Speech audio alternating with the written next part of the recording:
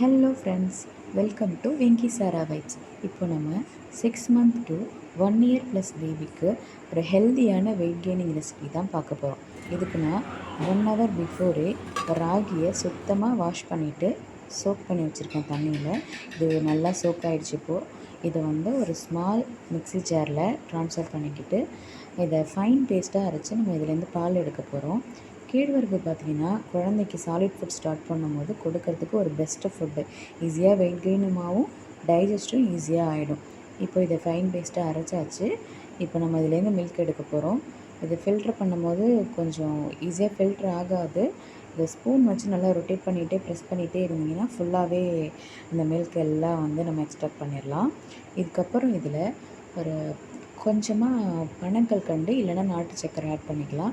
நான் என் குழந்தைக்கு பனங்கல்கண்டு தான் ஆட் பண்ணுவேன்.